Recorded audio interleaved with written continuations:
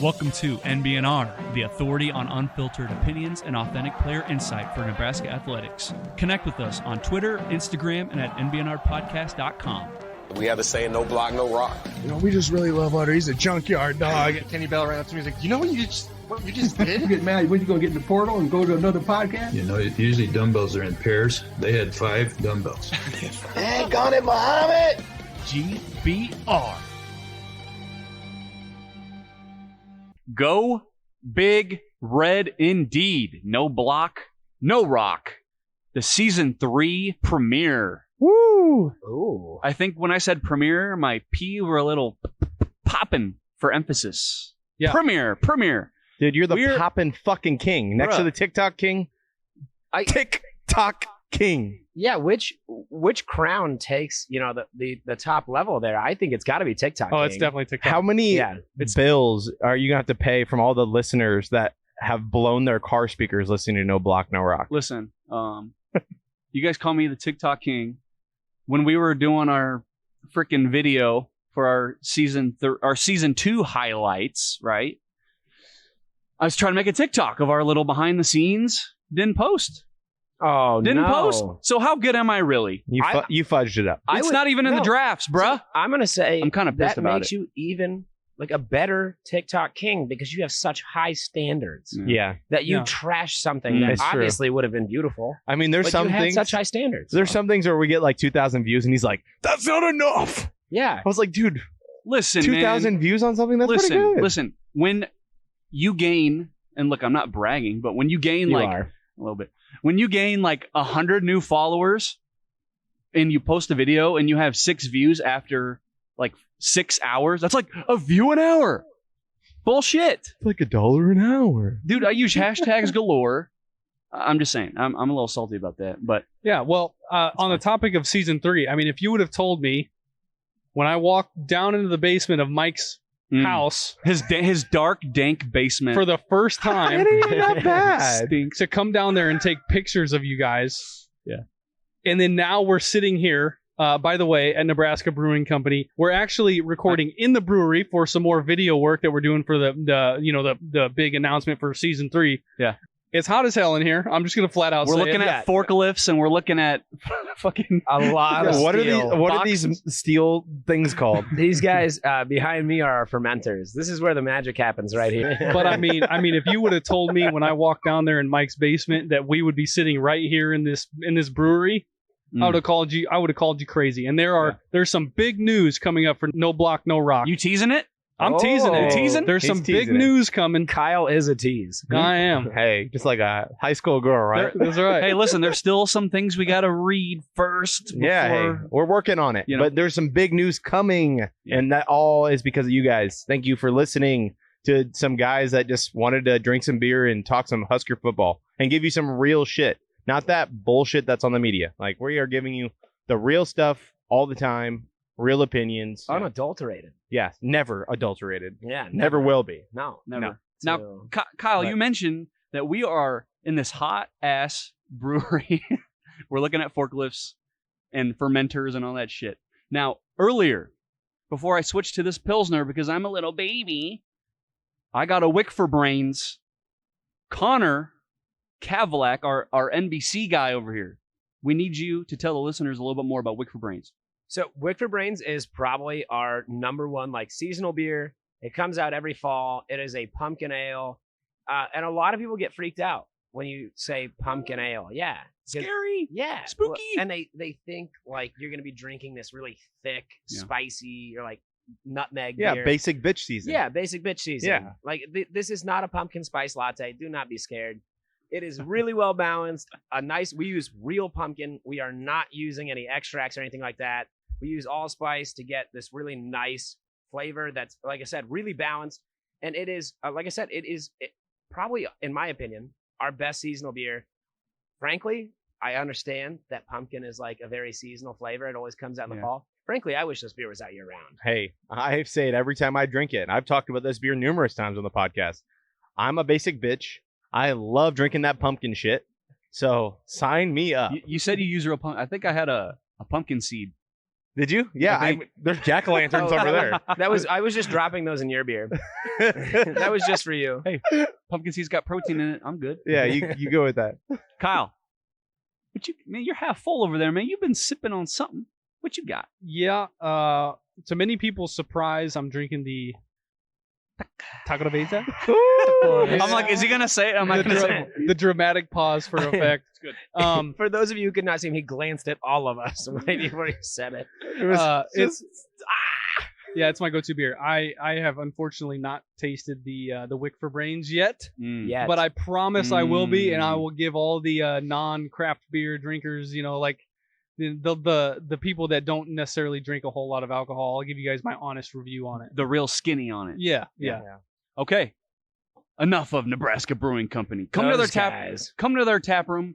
Their main room is not as hot as where we're at right now. It is very comfortable in there in that tap room. This is dedication. We do have air conditioning. That's just not out good. here. This is dedication to all the listeners. We are sweating our asses off. All for you. All for you. 108th and Harrison, Lavissa, Nebraska.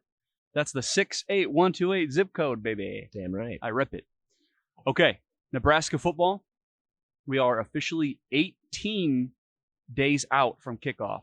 And my tradition, I like to name the notable 18ers that have worn that number, right? So you got John Bostic, Quincy Anunwa, Trey Bryant. I think I see his knee over there somewhere. R.I.P. Right behind the forklift. Yeah, we hold that in the corner over there.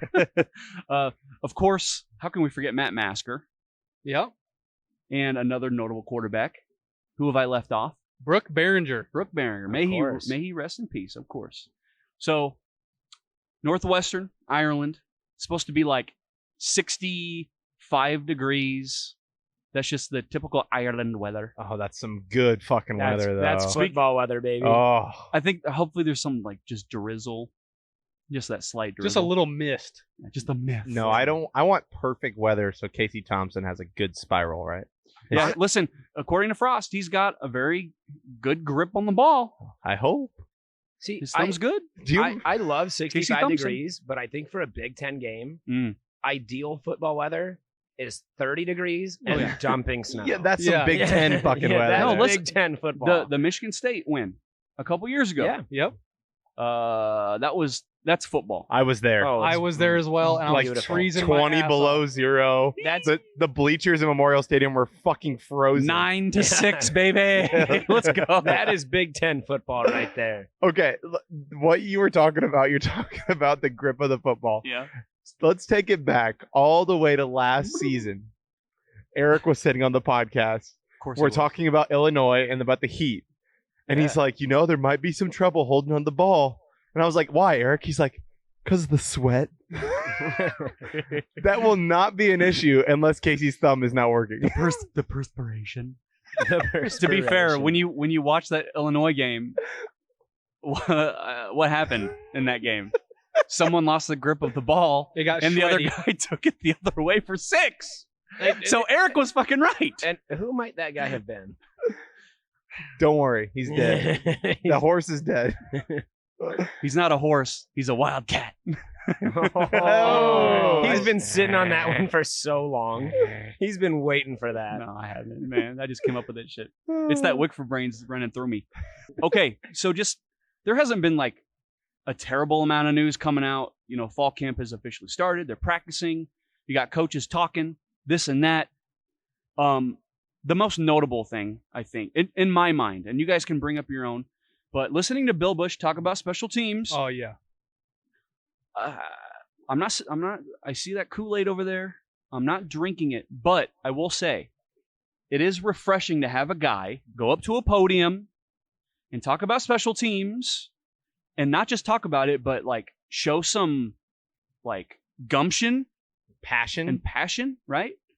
And he's mentioned the running backs, especially Ramir Johnson, Gabe Ervin, and Anthony Grant. Now these guys, he says Gabe's on the front lines, and he's all in on special teams.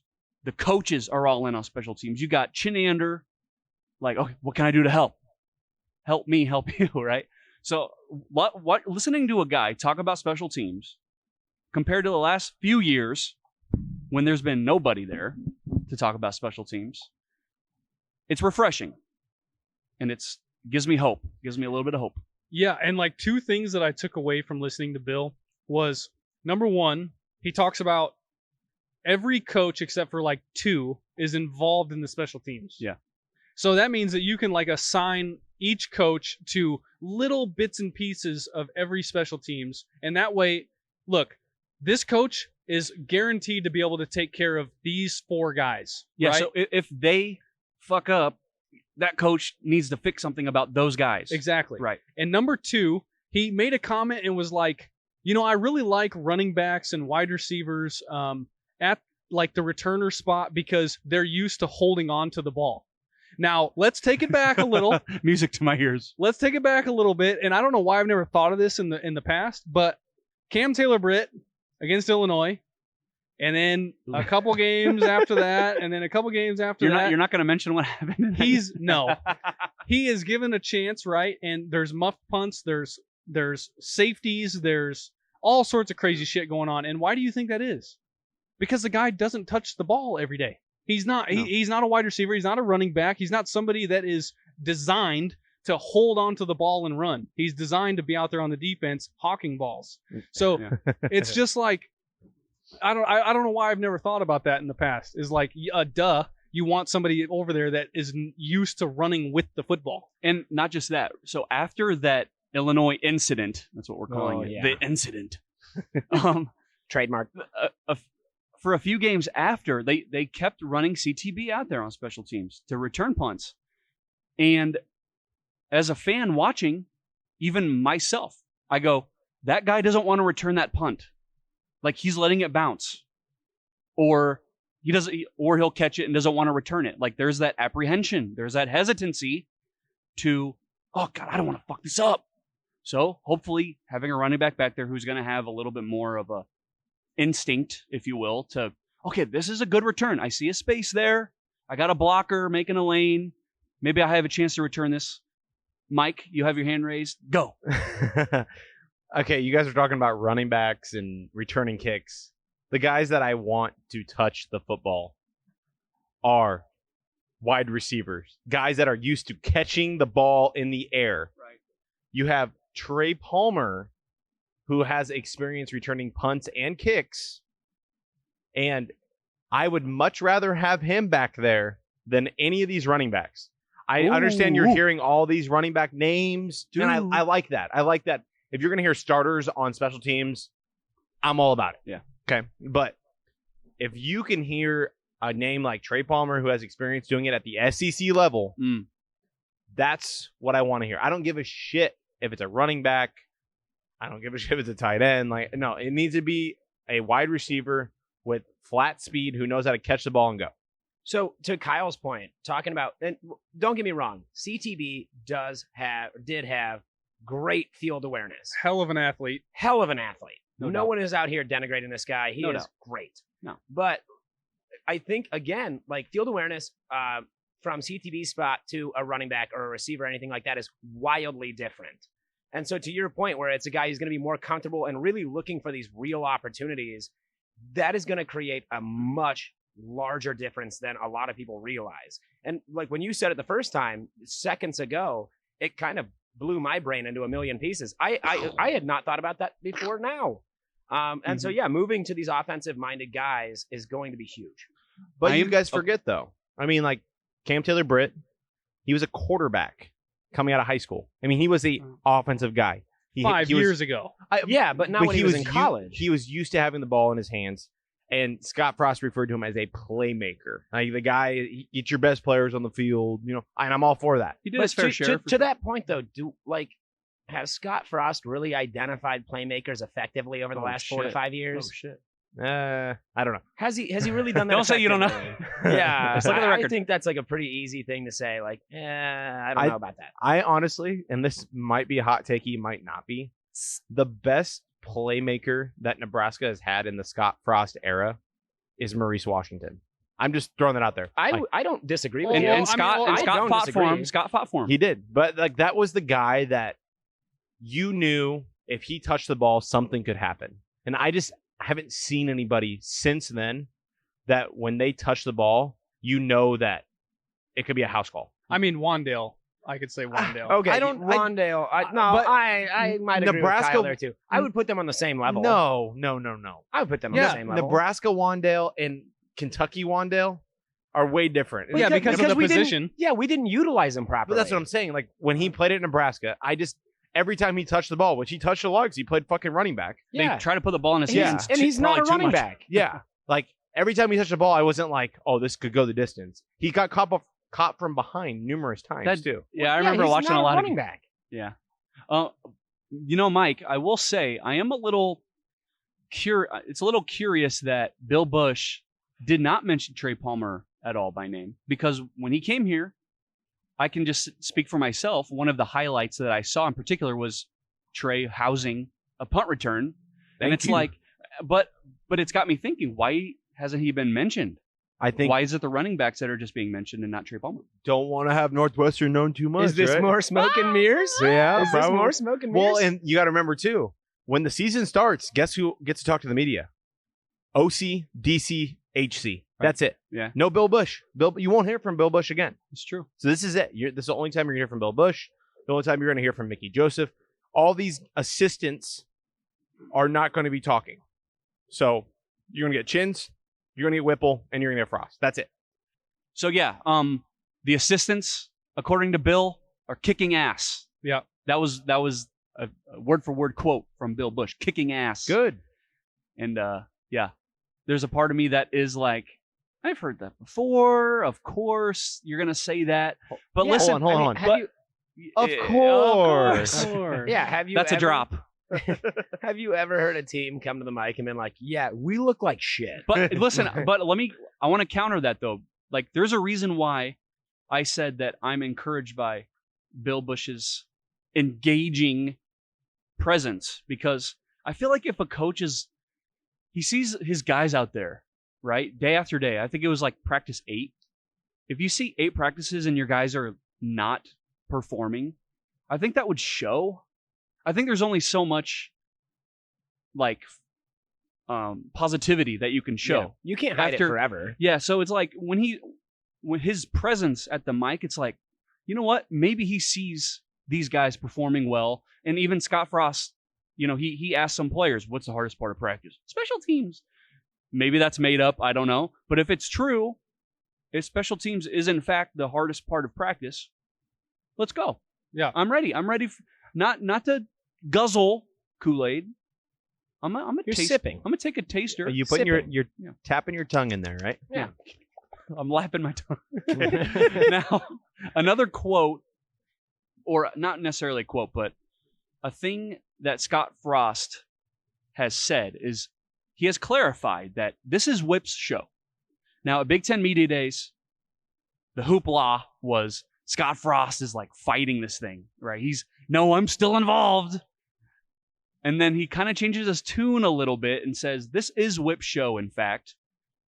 And I'm hoping that it's not just Trev saying, "Hey, Scott, Now, Come Scott, on, come Scott. on. Yeah. You're in trouble. send- You're in timeout. send time out for a little bit."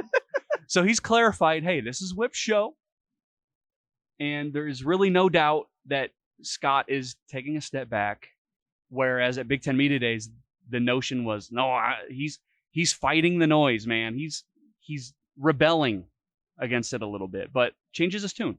So my question here is, and I know this is, maybe a little bit out there, but is this Scott Frost really truly embracing the change that we're hoping to see in this Nebraska program? Or is this him saying, look, I know this year is very critical, and with all the changes we've made in the coaching staff and with our offense, I mean, we look wildly different than we did last year. Is this him maybe trying to scapegoat a little bit and give himself a little bit of safety? Or is it actually him saying, like, look, I'm ready to step back and let this thing kind of take its course? Well, I think to that, I think that obviously there's absolutely zero doubt in my mind that he feels the pressure, and he sees all the articles, he sees all the hoopla out there in the media, and if I'm Scott Frost, this could, instead of looking at it as like a scapegoat, I would look at it as like this is what you all want, right? Sure. Or could also be looked at as like, hey, this is better for the program, so everyone is telling me, right? Yeah. So it's like, he gets out there and he says, oh yeah, I'm taking a step back, and he could add on to that and say, because I see what everyone is telling me, right? I'm sure Trev is telling him this. I'm sure he's seeing it all over the place. He's just saying like, yo, like I know what you all want. I know what you want to hear, so yeah, and so I'm stepping back and he's taking over. Like, yeah. But has Scott Frost in his tenure at Nebraska ever given you a reason to think that he is going to appeal and appease the fans? Like that he can actually stick to his guns on that? Like, I don't believe that Scott Frost is actually taking a step back.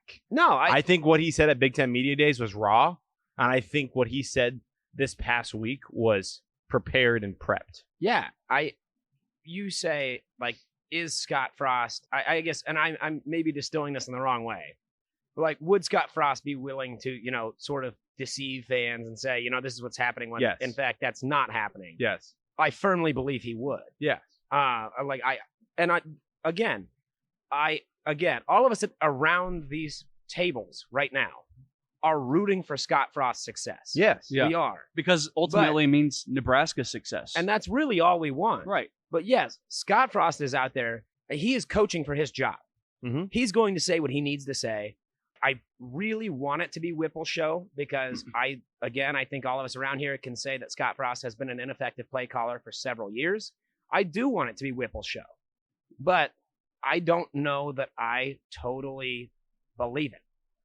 I wouldn't say ineffective play caller, but I would say, I'm not saying totally ineffective, but at least like marginally ineffective. Like, he hasn't been great. Yeah, I mean, can Whipple just call the plays inside the 20-yard line?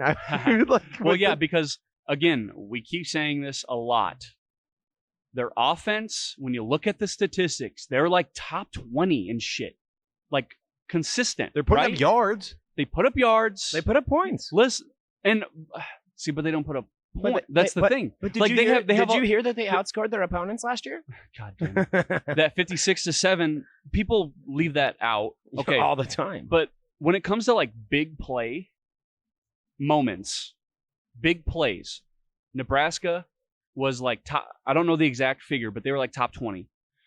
But when you get inside that red zone, pucker. Oh yeah. And you didn't have a kicker, a consistent kicker. That didn't help. So I think Mike's point about Scott Frost not being effective might be misleading, but there's just something about those last 20 yards, man, that scary. It's just, I don't know if you just change the field goal kicker, if that's enough. I don't know. There have been like cute moments where it's like, why? Yeah. And the cute stuff. Yeah. Like once you get to the 20-yard line, all of a sudden you just start seeing like the wheels spinning. All of a sudden it's like, okay, you know what? We just ran down Rutgers' throats for 80 yards, but once we get to that 1-yard line, let's try a shovel pass. Or like, and why would you do that? A guy comes in the game and you're like, wait, I mean, he hasn't played all game. Now all of a sudden he's in this crucial moment and he's just kind of put in there, and it's like, where's the rhyme or reason? It didn't seem like there was a method to the madness. This is the time to start taking chances. Right. The safe option has got us this far. And now when we're getting to a point where it's really going to create some real effect, we divert from the path we've been on. Why would we do that? You said a really good word though. Oh, the safe option, right? Let's start running high percentage plays inside the 20-yard line, right? Mike, what are you talking about? We've talked about this like 100 fucking times. I know. If you're inside the fucking, we'll say 2-yard line, right? Inside the one. Inside the one. Just fall the fuck over. Do not line up in the shotgun. Don't do anything. Just don't be cute. Run a high percentage plays. And that's what I hope. I hope when Scott Frost is saying, yeah, it's Whip show, right? I mean, does anybody believe that? I don't. Good luck. I don't. Okay. But I hope Whipple is able to actually make the high percentage play calls when it matters. Yeah, well, and so and to this point, what I'm very excited about, Mike Farrell on the podcast, I think about a month and a half ago, friend of the pod, recently, and I know we've mentioned this several times before, named Whipple as one of the top 5 coordinators in the country. So hopefully that's really going to, frankly, I'm hoping that we see a real divergence from what Husker football has done recently. Yeah. I want to see some real change. I think it'll catch people on their toes.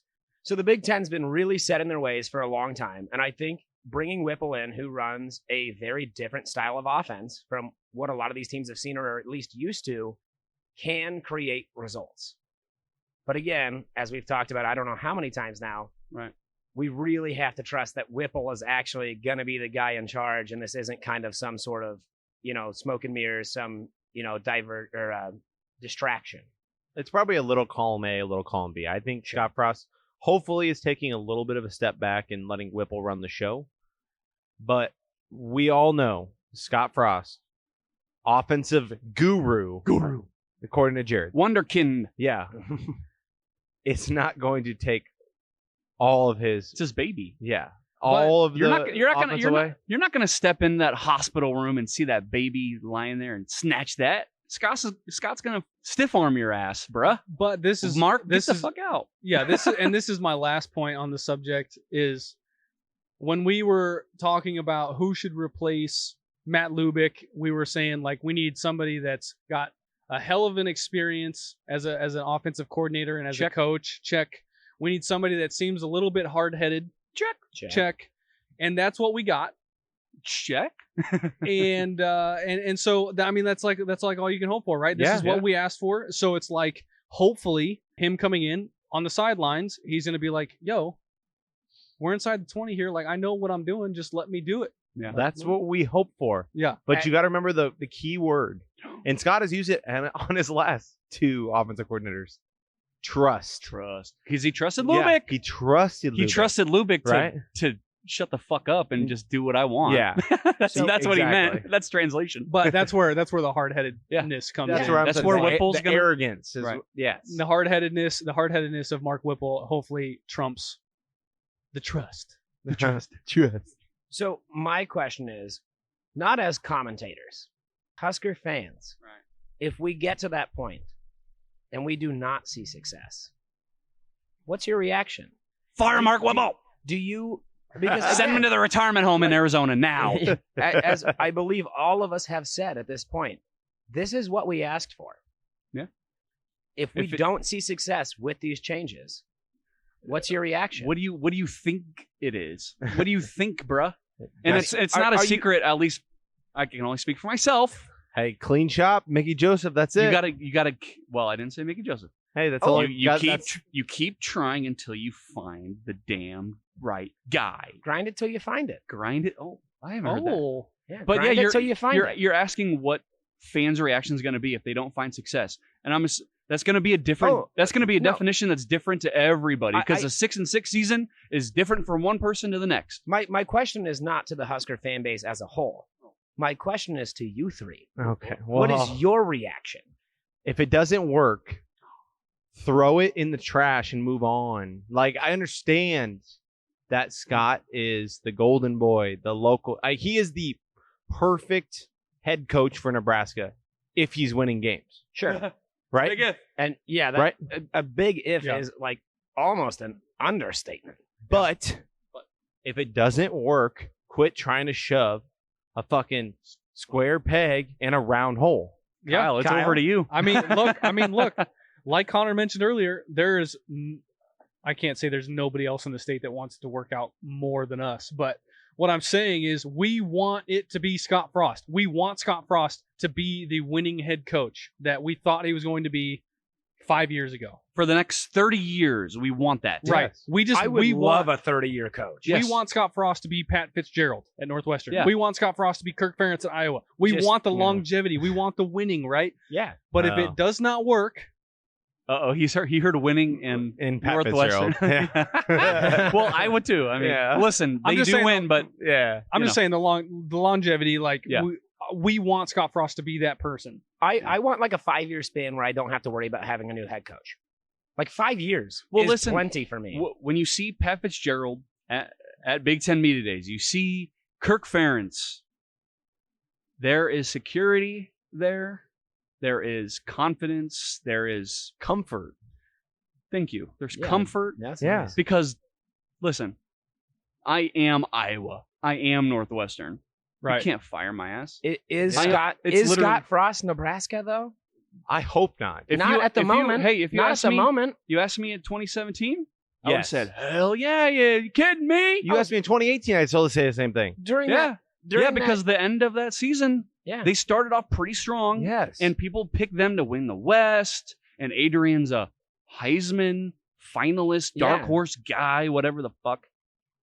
People had hope. during they that UCF Auburn game, that bowl game where the announcement gets leaked that Scott Frost was coming to Nebraska. Right. When I saw that pop on my screen, I'm not going to lie to you. I was rock hard. Yeah. I was so excited I had to change my that shorts. like, yeah, he's coming home. Like we had seen what he had done at UCF. Yeah. But again, like we talk about all the time, the transition from going from UCF to a Big Ten blue chip school, like that's a huge transition and a lot of Yeah. pressure. And not just that, but like other programs, notable programs, were looking into Scott Frost, and by all accounts, they wanted to hire the guy. Yeah. Florida, Florida yeah. State. Like, Yeah. I mean, you're So- talking those schools in the South where he was It's playing not well. it's not like Nebraska was reaching for Scott Frost necessarily. It did kind of feel like that because they gave up on Mike Riley and Frost went on his run, and it's like, okay, this is gonna happen. Matt Davidson, the puppet master. But yeah, it's like it didn't feel forced because everybody agreed. National media, local media, Scott Frost is the guy. Yeah. It's and not reaching. he should be the guy. Should. Let's make that clear. Once again, Right. he should be the guy. Scott Frost is the perfect guy to be the head coach at Nebraska. I mean, if you want any guy, if you were to sculpt a head coach at Nebraska, it's going to look like Scott Frost. Absolutely. Yeah. I mean, that's it. I mean, there's nothing else that you could ask for. I mean, Hey. the coaching pedigree, the history, the national championship quarterback.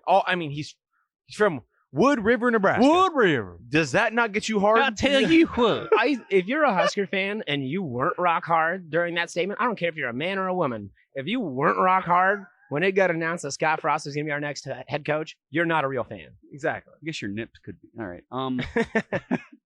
Let's talk about this Big Ten TV rights deal that they have made with CBS, Fox, and NBC. Sorry, there's so many acronyms, guys. So many. 380 million. Is that what we're looking at there? $380 million. And now the notable thing about this is that they're leaving out the ESECPN family of networks. He nailed it. That was incredible. Yes, that includes ABC, all your Walt Disney bullshit. I just got back from there literally like 4 hours ago. Yeah. Mike Yes. was negotiating with ESPN. Well, I'm just telling you right now, fucking Mickey Mouse charges a lot for golf and beer. Apparently That's so. all I got to say. Oh, Nebraska But- sucks. Oh, But let's dive into this a little bit, guys. yeah. So what does Okay. this? What does this mean, big picture? Like especially with Notre Dame, they're a big target. Super conferences, but let's talk about Notre Dame first. It's like Pangea. They're all moving together. All of them are moving together, shifting to power conferences. That's what it's going to be. And guess what? The one side, the SEC, whoever they claim, is going to have ESPN, ABC, and probably CBS, Right. unless they get some streaming provider with Amazon or Apple or something. I also heard today that Apple might be in the running too for the Big Ten network, or not Big Ten network, but Big Ten games, football games. Okay. So there's a lot of networks that are trying to work out a deal. They have to get in there right now because they know what the future of college football is going to be. It's let's grab a dominant Power 2 conference. Power 2. Power 2. That's what it is. That's what it is anymore. Yes, it's Power 2. And like I said, it's Pangea. You got two major Yeah. continents. And that's it. And it doesn't matter where you live. Yeah. If Like- you're listening to this and you disagree with that, you're just lying to yourself. Yeah, that is the future. I mean, players getting paid.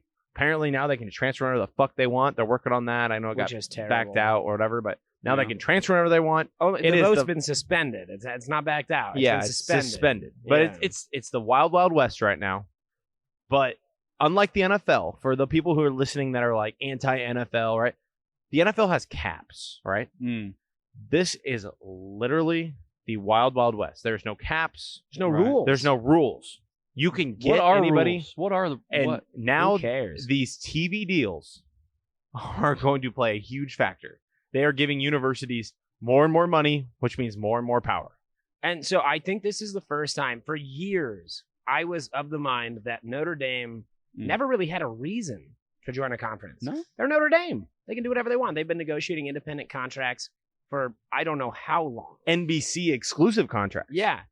And so now when you see these massive, massive contracts coming through where, I mean, Notre Dame, you take a little bit of away a little bit of work. You don't have to deal with that. And you're still getting just obscene amounts of money. I think this is finally an incentive for Notre Dame to join a conference.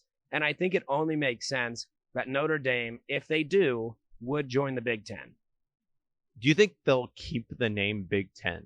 Like, is that a big enough brand? I Do you think it will yeah. be Big Ten It's synonym- SEC? Dude, when you hear Big Ten, there's an identity. They got their brands. I think you keep that. Yeah. Yeah, okay. I think the brands, like the SEC is one that like obviously won't change, but the Big Ten with the number in the name, well, again, a very large brand. Like we just said, Power 2. I think that your branding is strong enough that you can do some marginal rebranding and still hold that strength, because realistically, you hold the value not in your name, but in the programs that reside inside your conference. Yep. So if you go to, the big whatever, I think that the important word there is big. Just as long as you keep big. Yeah. Huge. And you have the B1G, like that marketing right there is like, Yeah. Nebraska fans have been frustrated with the Big Ten, the COVID shit and all You're that, kidding. and the officiating and whatever. But that B1G is Huge. kind of genius. Yeah, And it's 'cause saving one. your ass. Yeah. The word Yeah. big is probably the Because- most valuable part of that branding. And I don't see them moving away from that. Yeah, it's not the 10 that's important. They've had No. 14 teams for the past Yeah. however many years. Yeah, we're not the Big Ten, No. literally. We haven't been that way for years. No. So, yeah, I mean, Notre Dame, they've rested on their independence, and it'll be very interesting because you could even say, like, even if Notre Dame doesn't join the Big Ten, they could still have like a little side deal with the SEC. Like, okay, we'll do you a favor, SEC, by not joining the Big Ten, because that'll give them like a lot of power. Yeah. But hey, as long as you give us favorable deals, we won't join you either necessarily, but we won't join the Big Ten. So as long as you keep us in negotiations and you keep us favorable, we won't join the Big Ten to slight you. We'll just keep independent. We'll be cool. And you can destroy us in the playoff like you have been. I don't think that they're going to be able to do that, though. These You might TV be markets, the TV markets are going to force Notre Dame to choose a side. Yeah. That's what they're going to do. And in the college football playoff, if you tell students at Notre Dame, student athletes, and they're like, hey, so, or even just recruits in general, hey, if you go to Notre Dame, you can't play for a national title because you're not in the Power 2. Eventually, that's going to wear on the program, and they're going to have to make a move. Well, yeah, and it kind of makes you wonder, how much longer can Notre Dame kind of rest on their laurels, Dude, right? that- I mean, can't. That's I'm not exactly, saying they're Nebraska reminiscent, because they have made the playoff.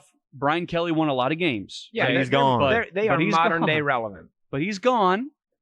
Marcus Freeman, we'll see. But it's like, how much longer can they rest on their last title being before Nebraska, Yeah. right? So I think for the longest time before we got to this era where like money controls all, Notre Dame held all the power, but they don't anymore.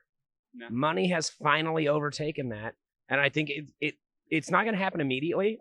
It will not happen certainly before this season, but it will happen in the next few years where I think Notre Dame will have to just succumb to the power of the dollar.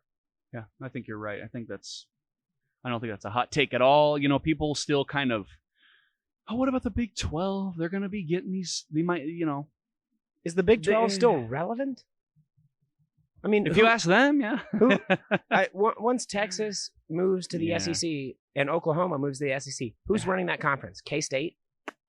When K-State is your top team, that's why we're a Power 2. There's a reason why I'm not answering that, because there's no answer. Yeah, exactly. Okay, guys. We wrapped up the ever-exciting TV deal. I know people are riveted and on the edge of their seat. They were waiting. They were waiting for that segment. What about the TV deal, huh? Well, we talked about it. Money, money, money. That's Maybe Notre Dame. There's your summation right there. Maybe. What do you say we sign off, guys? yeah. Let's do it. Let's I'm do one it. of your hosts, Jared Hall. Kyle Byers. Mike Delaware. And Connor Cavalack. And as always, 18 days, beat Northwestern and GBR.